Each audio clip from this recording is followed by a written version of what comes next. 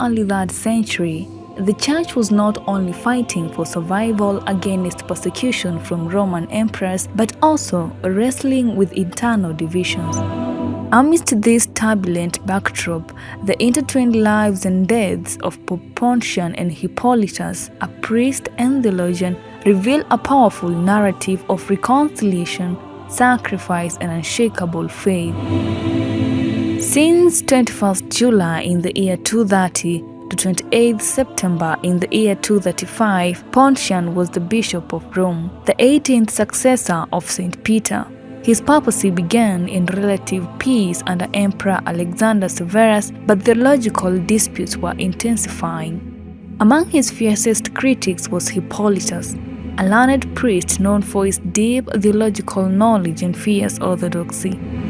Hippolytus believed the Church had grown too lenient in its stance on sin and penance. He publicly opposed Pope Pontian, accusing him and his predecessors of being too forgiving towards Christians who had lapsed under persecution. The tension grew so bitter that Hippolytus allowed himself to be proclaimed anti-pope, becoming the first in Church history to take that stance.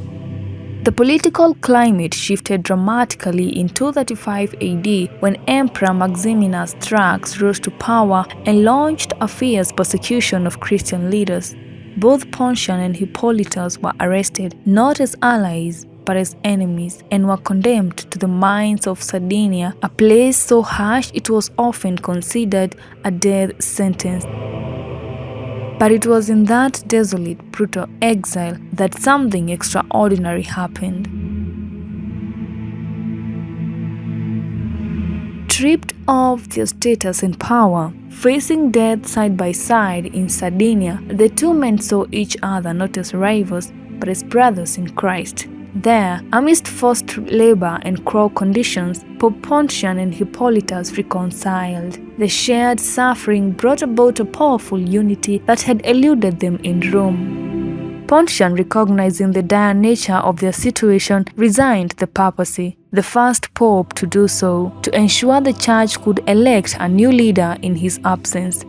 It was a selfless act that showed his deep concern for the Church's continuity and stability. Both men would eventually die in the mines, martyrs, not only for their faith, but for the unity of the Church. Their bodies were later brought back to Rome and buried with honor.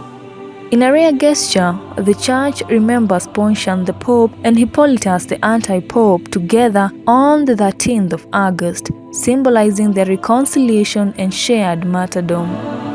The story remains a powerful testament that no division, no theological rift, and no personal pride is beyond the healing reach of God's grace.